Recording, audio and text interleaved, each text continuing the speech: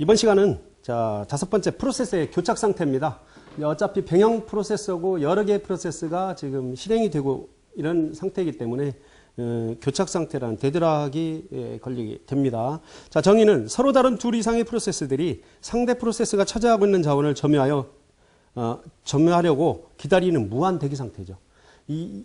가끔가다 이런 경우 있습니다. 그 꼬마들이라든가 유치원생들 보면 빵 이렇게 나눠주면 지 거는 잡고 남의 거를 달라고 막 그래요.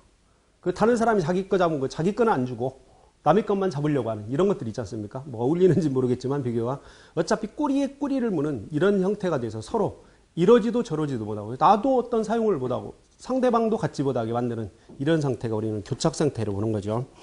다중 프로그램 시스템 내에 병행 프로세스들이 발생하지 않을 사건들을 무한 대기하는, 그렇죠. 나에게 돌아올 어떤 빵도 아닌데 계속해서 기다리는 거죠. 왜? 남이 주질 않으니까.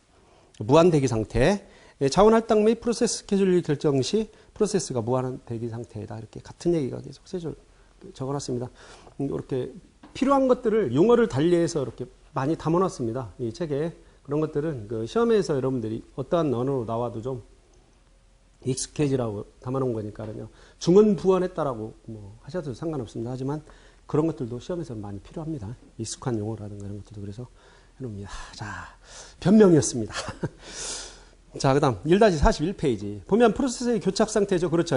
프로세스 A가 요구를 하죠. 자원을 누구한테? 점유를 하는데 B 자원을 점유하려고 그래요. 그런데 또 프로세스 B는 요구를 해서 자원 2를 누구한테? A고요. A로 가는 것을 또 다시 점유하려고 그래요. 그러다 보니까 서로 A 프로세스도 B 프로세스도 서로 어떤 자원을 사용할 수 없듯이 이렇게 교착 상태라고 하죠. 이런 것들을 데드락이 걸리게 되는 거죠. 두 번째 이제 발생 조건이 있습니다. 교착 상태. 예, 한번 적어놓고 한번 해볼까요? 지금 5번째. 5번째네요. 프로세스 교착 상태. 프로세스 교착 상태입니다. 거기서 이제 발생 조건이 나오네요. 상호 배제. 왜 교착 상태가 발생하느냐? 자원을 공유하려면은 교착 상태가 발생할까요? 안 할까요? 너도 사용하고 너도 사용하라고 그러면 발생하지 않습니다. 충돌은 일어날지언정 무한 대기 상태는 일어나지 않는다는 얘기예요. 교착 상태라는 것은 무한 대기 상태입니다. 이것은 이 교착 상태라는 것은 무한 대기 상태예요.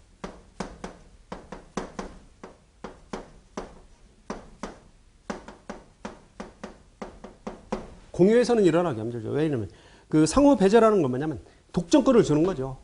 내가 사용하는 건 남이 사용할 수 없고 남이 사용하는 거는 내가 사용할 수 없다라는 이 독점권을 주기 때문에 생긴다라는 얘기예요. 상호 배제를 시키니까.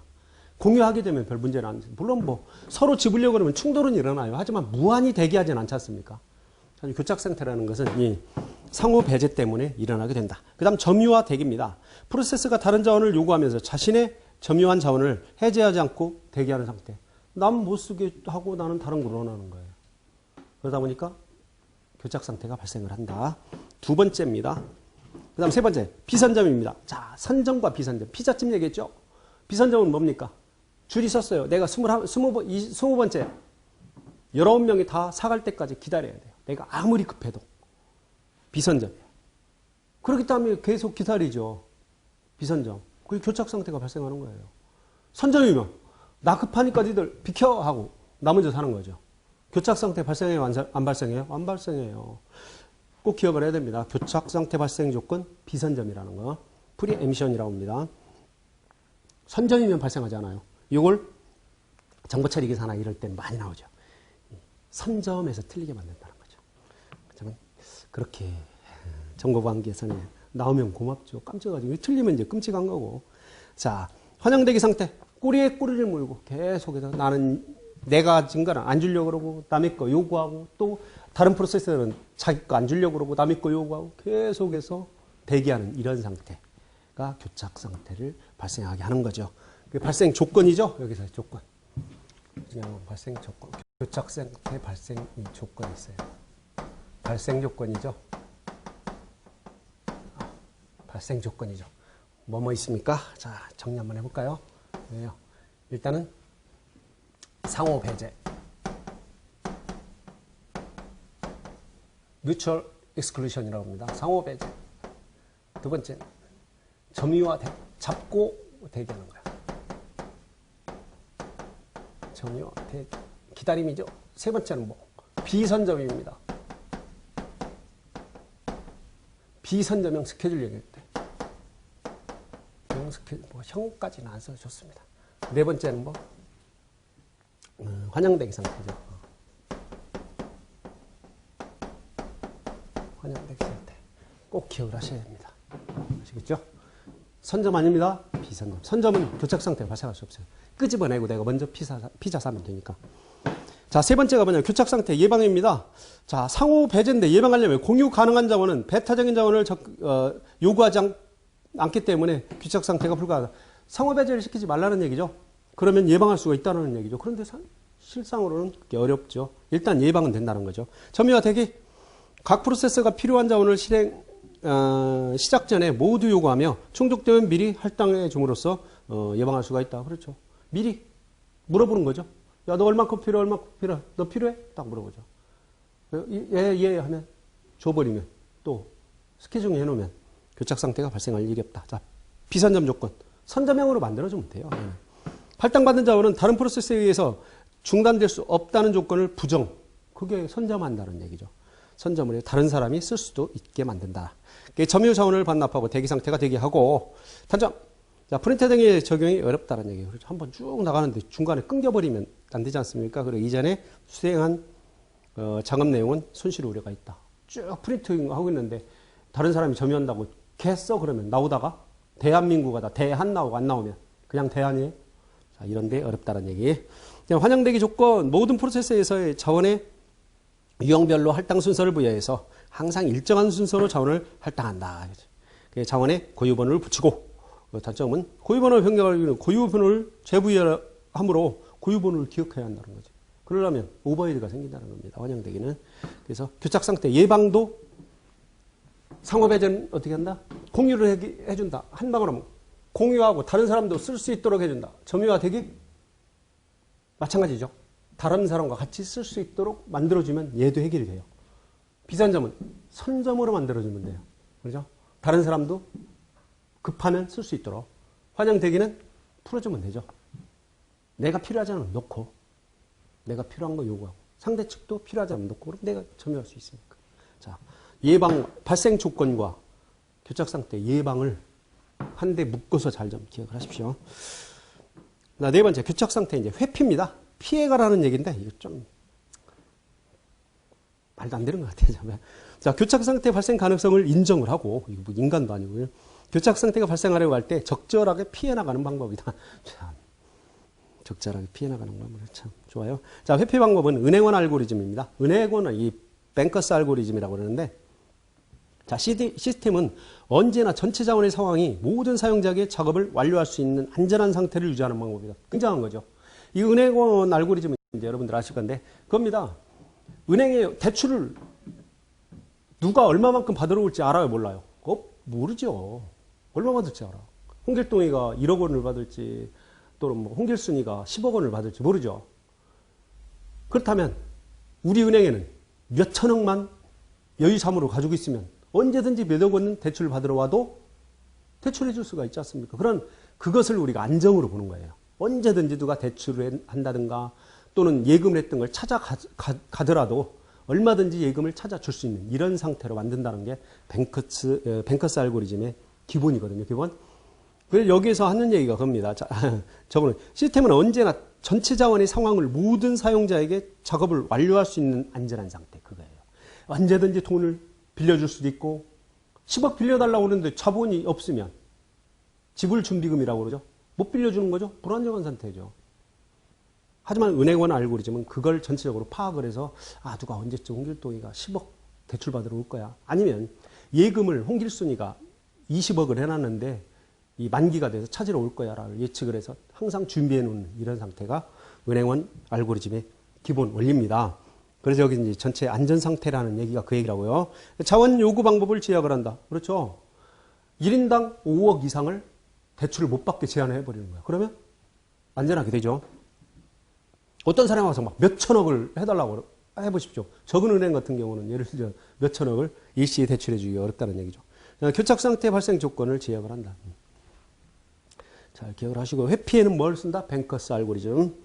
그 다음 교착 상태 탐지. 자, 교착 상태 발생을 인정하고 발생할 경우 원인을 규명하며 해결하는 방법. 원인을 규명해가면서.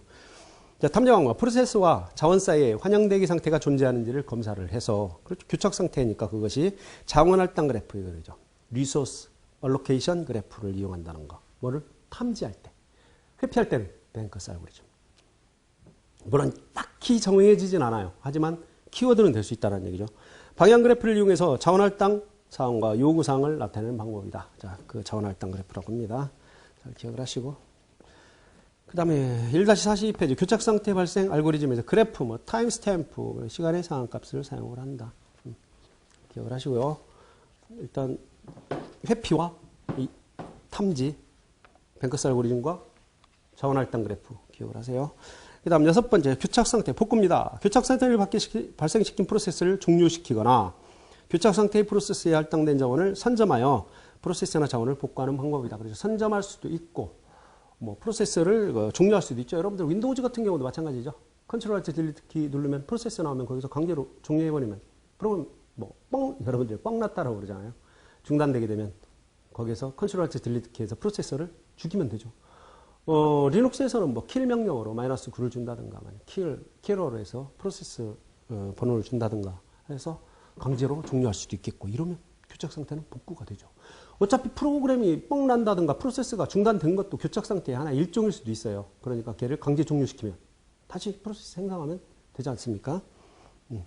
그런 복구 방법. 자, 복구 방법 보세요. 교착 상태가 발생한 프로세스로부터 할당된 자원을 강제로 회수를 한다. 그게 종료시킨다라고 봐도 돼요. 교착 상태가 발생한 프로세스를 강제로 종료를 한다. 킬 명령으로. 윈도우즈는 컨트롤 알트 딜리트 키를 눌러서 환영대기 상태에 있는 프로세스 중 하나를 중지를 시킨다. 서스펜드라고 하는데 뭐 키를 시키는 게 더 낫습니다. 하지만 이것 또한 방법이라는 것만. 자, 교착 상태 복구 받고요. 결국엔 강제 종료입니다. 복구라는 게. 어차피 프로세스는 종료시키면 다시 생성할 수가 있으니까. 자, 7번째 병행 프로세스 해결 방안. 병행 프로세스는 여러 개의 프로세스가 동시에 실행되어 있는 상태를 말하는 거죠. 자, 그랬을 때 상호배제, 인계구역을 보호하기 위한 기법을 사용해야 된다. 그렇죠. 예를 들어서 지금 문제가 되는 게 교착 상태의 문제가 뭡니까? 내가 잡고 있는 자원을 상대방이 요구하는 거죠. 하지만 나는 그 자원을 놓지 않고 다른 상대방 거를 요구하게 되는 거고. 이런 상태이기 때문에 그 상호배제에서 인계구역을 보호하기 위한다. 왜? 인계구역이라는 건 뭐야? 내 나와바리는 나만 쓸 수 있도록 보호해달라는 겁니다. 자, 보세요.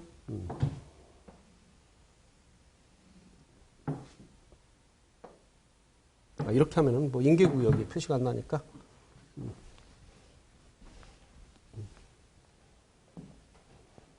깨끗이 지워봅시다.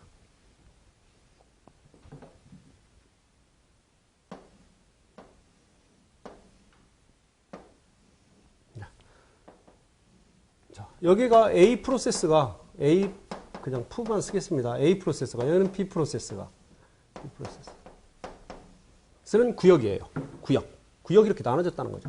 제가 구역 아까 나와바리라고 했는데 일본은 그냥 농담 삼아 산 겁니다. 자, 이런 구역이 있어요. 나와바리가. 자, 그러면 여기서 임계구역을 보호한다는 건 A 프로세스가 사용할 수 있는 이 구역은 보호해준다는 거죠.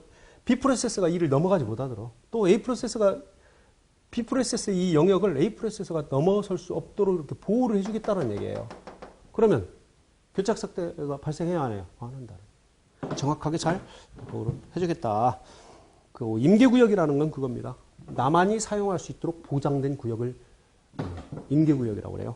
예, 크리티컬 섹션이라고 합니다. 크리티컬 섹션. 자, 한 프로세스가 공유 메모리 혹은 공유 파일을 사용하고 있을 때 다른 프로세스들이 사용하지 못하도록 배제시키는 제어 방법. 내 구역은 나만 쓸 수 있도록 보장해주는 방법. 상호배제. 자, 임계구역. 크리티컬 섹션이죠. 하나의 프로세스만 자원을 이용할 수 있도록 보호된 지역.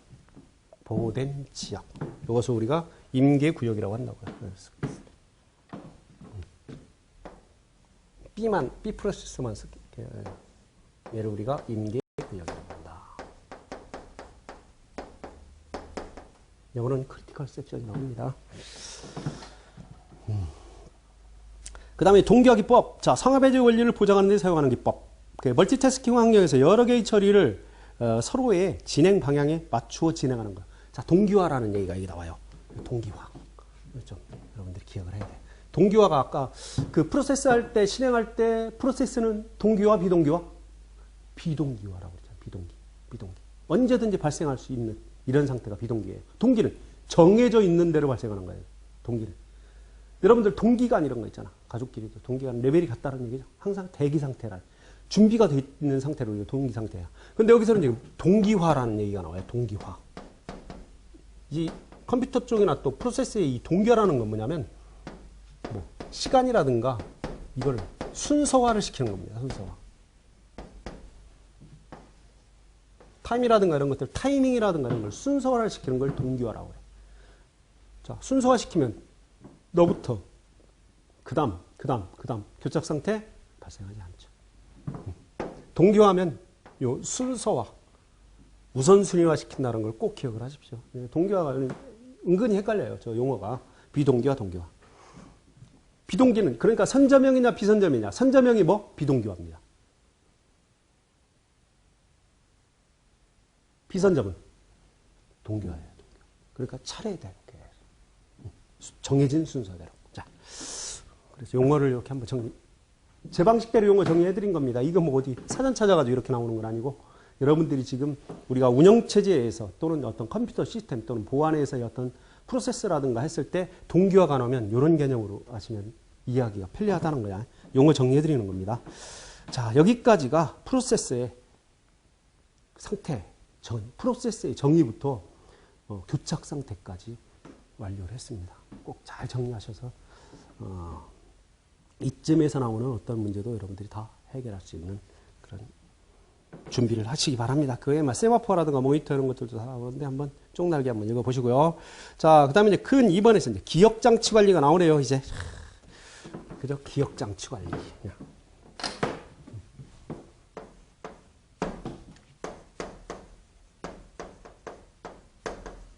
기억장치 관리.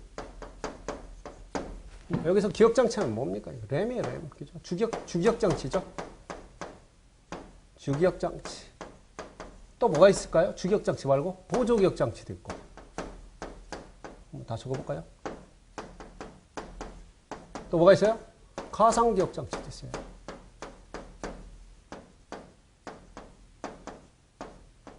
그렇습니다. 기억장치가 이렇게 많아요. 근데 지금은 우리가 주기억장치부터 보겠다. 주기억장치. 자, 볼까요? 자, 모든 컴퓨터는 주기억장치, 보조기억장치와 같이 계층적 기억장치로 구성된다. 그렇죠? 모든 프로그램은 주기억장치에서 적재에 대해만 실행이 되고 몇 번 얘기했어요. 주기억장치 용량은 한계가 있기 때문에 주기억장치 관리가 필요하다. 그렇죠? 한계가 있잖아요. 그래서 관리가 필요한 거죠. 너무나 많으면 관리 필요해요. 예를 들어서 그건 관리가 필요하겠다. 돈 예를 들려고 그러는데 돈도 관리가 필요하죠. 하지만 너무나 많으면 뭐 따로 관리할 필요가 없지 않습니까? 좀 막 가난하고 돈이 좀 없어야지 막 뭐 라면 몇 개 사고 뭐 피자 몇 판 사고 뭐 음료수 몇 개 사고 이렇게 딱 정해줬죠. 물론 부자도 그렇게 정해서 계획을 세워서 사면 좋지만 일단 그렇다는 얘기죠. 자, 아주 풍부하면 그렇게 스케줄링이라든가 계획을 덜 세워도 되는지만 한정되어 있다라는 얘기죠. 왜? 주기억장치 같은 경우는 특히나 요즘에 뭐 4기가, 8기가, 16기가 이렇게 정해져 있지 않습니까? 근데 프로그램은 우리가 몇 개, 하나만 해도 4.7기가입니다. 영화 같은 게 여러분들 다운로드 인터넷에서 어둠의 경로를 통해서 봤던, 아니, 돈 내고 여러분들이어서, 조심 학생들이니까 봤겠지만 4기가, 5기가가 돼요. 그죠? 그런 프로그램을 어떤 뭐 영화를 그 자체에서 실행시키는 건 아니겠지만 덩치가 그렇게 크다는 얘기예요. 프로그램이. 또 주기억장치가 비싸다는 얘기죠. 잘 기억을 하십시오. 자, 주기억장치 용량은 한계가 있기 때문에 주기억장치 관리가 필요하다. 한계가 있어서 프로그램 중에서 현재 실행되지 않은 것은 보조기억장치에 저장된다. 주기억장치 한번 볼까요? 자.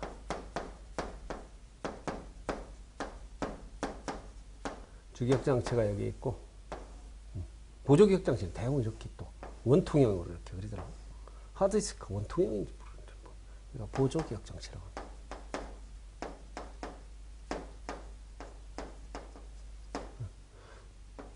이렇게 있죠.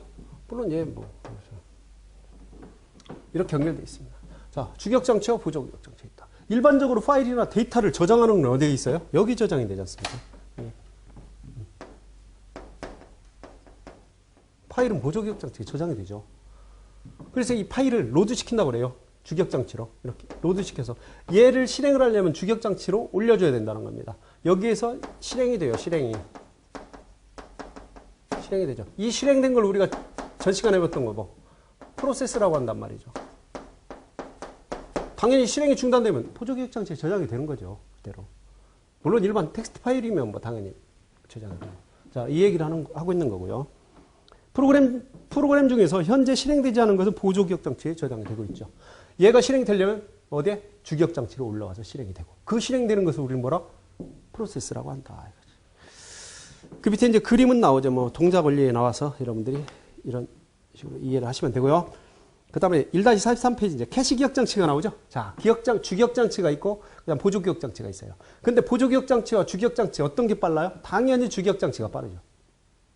주기억장치가 빨라요. 그러면 CPU와 주기억장치와 누가 빠를까요? 지워서 이제 CPU도 하나 그려야 되겠네. 얘기가 계속 나오네. CPU 노란색으로 할까요? 중앙처리 장치라고 그러죠.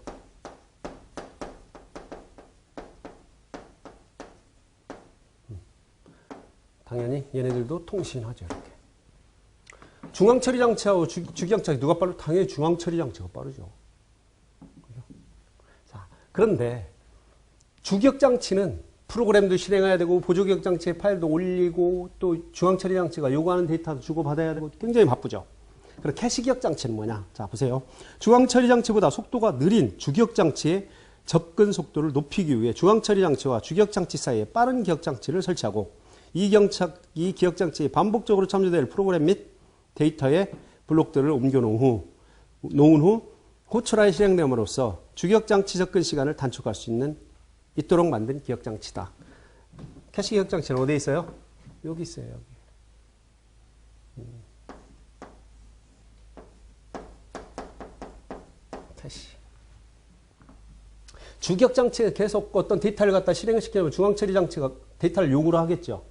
그러면 통신하다 보면 얘는 빠르고 얘는 느려요.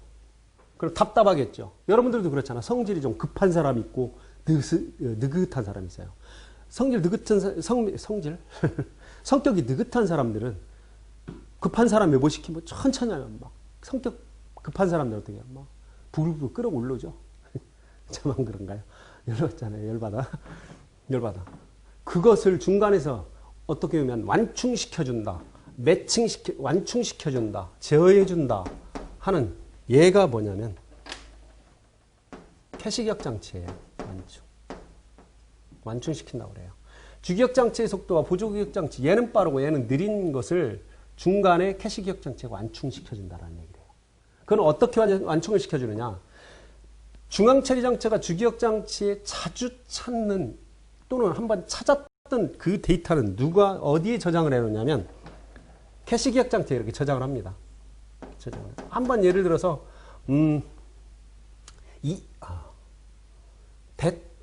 대자 그래요.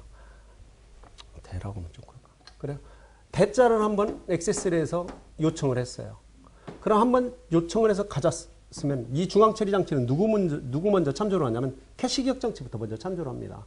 근데 대자를 참조를 했는데 대자가 캐시에 없어요. 그러면 이 캐시가 기억장치에 대자를 갖다가 써요.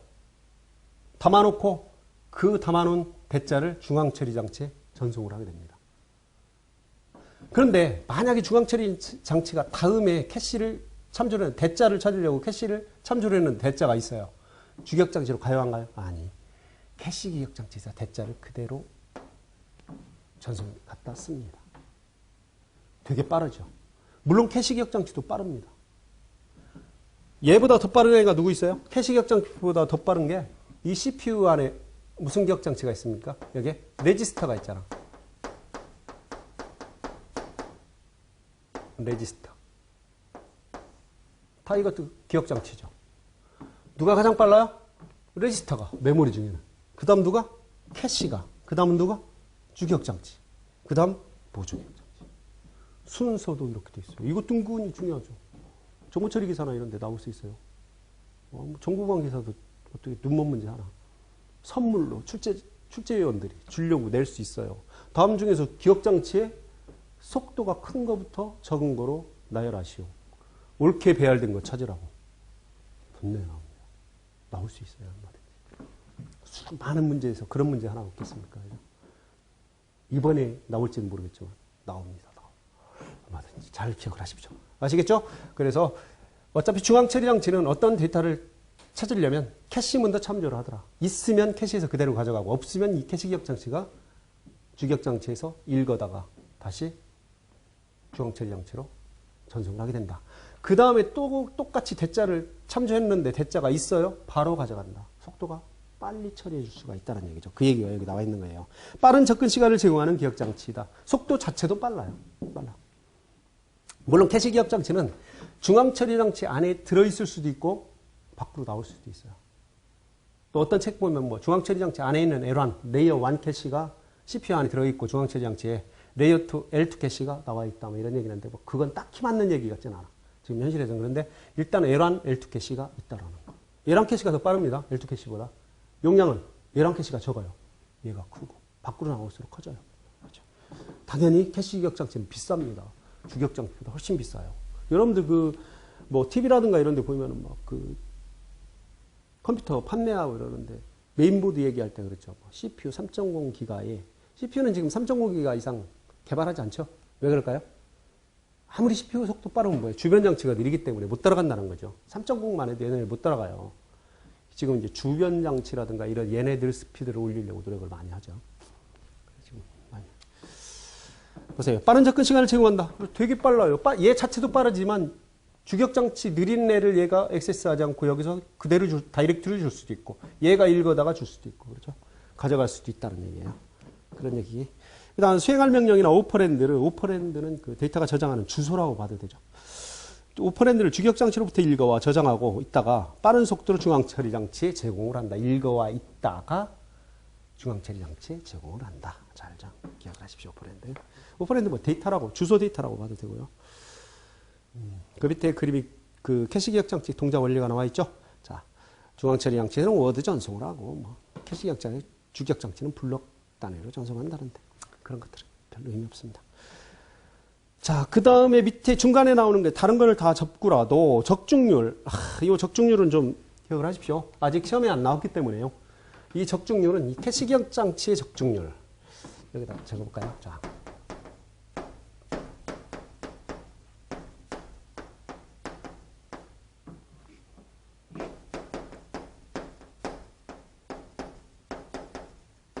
자, 보면요. 여기서 적중이라는 게 나와요, 적중. 자, 보세요. 중앙처리장치가 대자를 찾았어요. 한글 대자를. 대자를 찾았는데 캐시에 있어요. 아니, 없어요. 적중? 아니, 그걸 실패라고 한다. 미스라고 그래, 미스. 실패라고 그래. 없어. 이거 없어. 대자가 없어? 실패입니다. 실패하면 어떻게 하냐고. 캐시가 중앙처리장치에서, 주기억장치에서 대자를 갖다가 담아놓는다고 그랬죠? 근데 그 다음에 중앙처리장치가 다시 캐시를 참조했는데 대자를 찾으려고 대자가 있어요. 그걸 우리는 뭐? 적중했다라고 그래. 캐시 기억장. 적중. 그럼 이 적중률은 뭐냐? 적중률. 시험에 안 나왔다. 이거죠. 시험에 안 나오면 저는 괜히 흥분합니다. 왜? 나올 것이라는 얘기죠. 산수는 시험에 나온다. 수학은 안 나와요. 주기억장치 참조했습니다.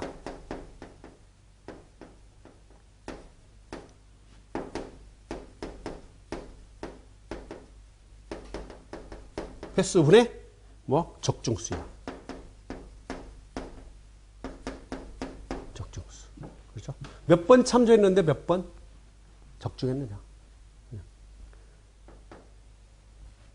잘 기억하십시오. 얘가 적중률입니다.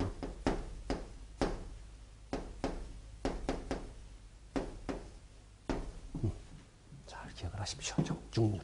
안 나왔다 이거지. 안 나왔다. 아까 그 HRN에서 서비스 시간분에 그죠? 대기 시간 플러스 서비스 기간. 아직 안 나왔어요. 아직 안 나왔어요. 또 나와서도 또 나옵니다. 그렇죠? 한번 시험 볼 때 똑같은 문제가 한 3문제, 4문제 정도 나오죠. 물론 안 나올 수도 있고 나오는 경우도 있고 그렇습니다. 문제은행식이기 때문에 또 나와도 변형돼서 나올 수 있으니까 여러분들 잘 좀 기억하시기 바랍니다. 자, 그 밑에 보면 캐시기억장치의 크기와 인출 방식에서 캐시기억장치의 뭐 크기, 뭐 인출 방식 이런 것들은 별로 중요하지 않습니다. 요구 인출 같은 경우 요구해서 필요할 때마다 요구하는 거죠. 야, 너 이거 있니? 라고 요구해서 보고 선인출 같은 경우는 뭐야? 미리 예측해 보는 거죠. 내가 대자가 앞으로 필요할 것 같은데 예측을 해보는 거죠. 갖다 놓는 거예요. 이거 상당히 어렵죠. 기계가 한다는 얘기예요. 사람이면 모를까. 하지만 그런 방식이 있어요. 요구인출과 선인출이 있다라는 거. 그래서 미래를 예측하는 거. 자, 요구인출은 당장 내가 필요할 때 나 대자 좀 줘 하는 거고, 선인출은 내 앞으로 대자가 필요할 거니까 한번 갖다 놓을래? 참 기계로 봤을 때 말이 안 되죠. 좀 실현 가능성이 좀 그래요. 요구인출을 하게 됩니다. 인출 방식 잘 좀 기억을 하시고요. 뭐 의미만 기억을 하시면 될 것 같아요. 자, 44페이지 1다시. 자, 세 번째. 사상함수, 주기억장치와 캐시기억장치 사이에서의 정보를 옮기는 겁니다. 설명드렸었죠? 지금 이 그림 가지고 다 되는데. 자, 사상이라는 건 매핑이라고 합니다. 매핑. 자, 참조했을 때 얘네들 대자를 여기에 어떻게 갖다 놓을 것이냐 이거죠. 찾는 방법이 어떻게 보면. 하나의 지도 아닙니까? 지도. 그죠? 지도. 내가 대자를 찾는데 캐시함수의 몇 번지를 거쳐서 있는지 없는지를 찾아서 없으면 캐시기억장치가 주기억장치를 어떤 번지를 또 번지로서 요청을 해서 내가 그 대자를 어떤 번지에 저장을 할 것이냐. 이런 것들을 지도처럼 그려놓는 거예요. 매핑. 그걸 사상이라고 해요. 사상. 매핑이 사상 아닙니까? 그랬을 때 이 사상은 캐시기억장치의 사상은 세 가지가 있어요. 사상. 사상함수라고 합니다. 번호는 그냥 책에 있는 대로 쓰겠습니다. 중요한 것들만 이렇게 판서를 하니까 여러분들이 매핑 펑션이라고 그러죠. 자, 이렇게 하는데 여기는 뭐가 있냐면 이 사상함수에는 일단 직접 사상이 있어요. 물론 이거 시험에도 나왔습니다. 그 다음에 연관 사상이 있어요. 연관 사상. 그리고 여기는 직접 연관 사상이 있습니다.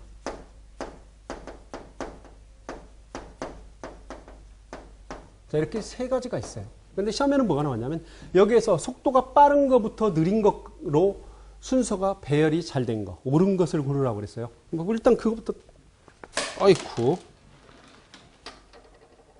그거부터 해볼까요? 자, 속도 누가 빠르냐? 가장 빠른 게 연관 사상입니다. 그 다음 직접 연관 사상, 가장 느린 게 직접 사상. 직접 사상이 왠지 굉장히 빠를 것 같죠? 가장 느립니다.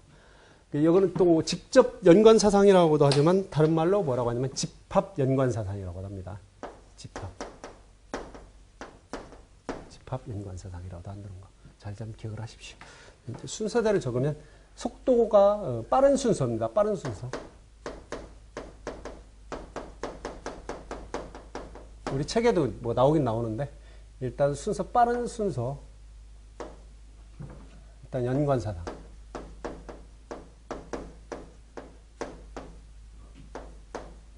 그 다음에 직접 연관 사상.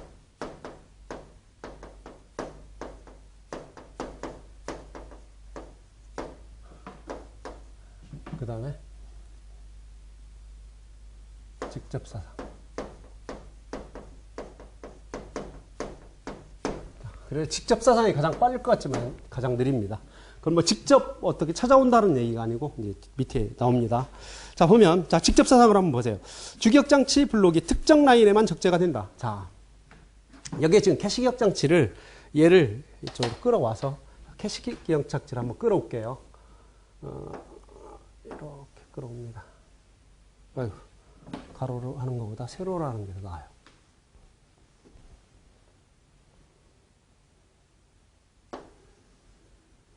자, 이렇게 끌어오면 4개 정도만 할까요? 이렇게. 이게 캐시기억장치예요.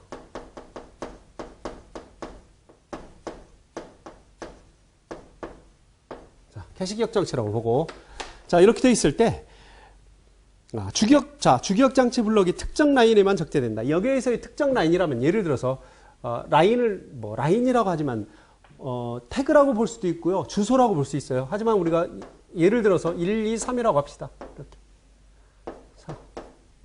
자, 특정 라인에만 적재된다는 얘기면 여기에만 적재가 된다는 거예요. 이번 라인에만. 특정 라인에만. 캐시 기억 장치에. 자, 캐시의 적중 여부는 그 블록이 적재될 수 있는 라인만 검사한다.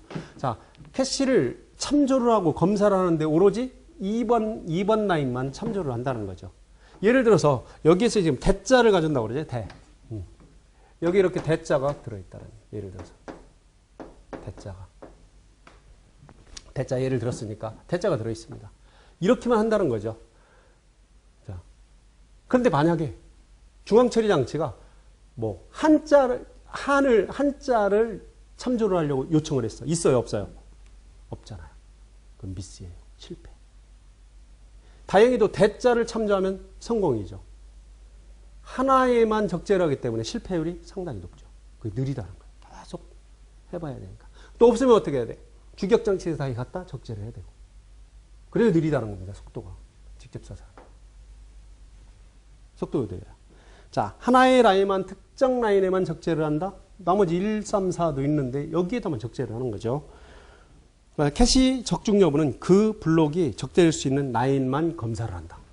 얘만. 여기만 검사하는 거예요. 다른 데는 검사하지 않아요. 자, 장점. 간단하고 비용이 저렴해요. 아주 단순하죠. 단무지 사상입니다. 단무지 사상. 직접 사상.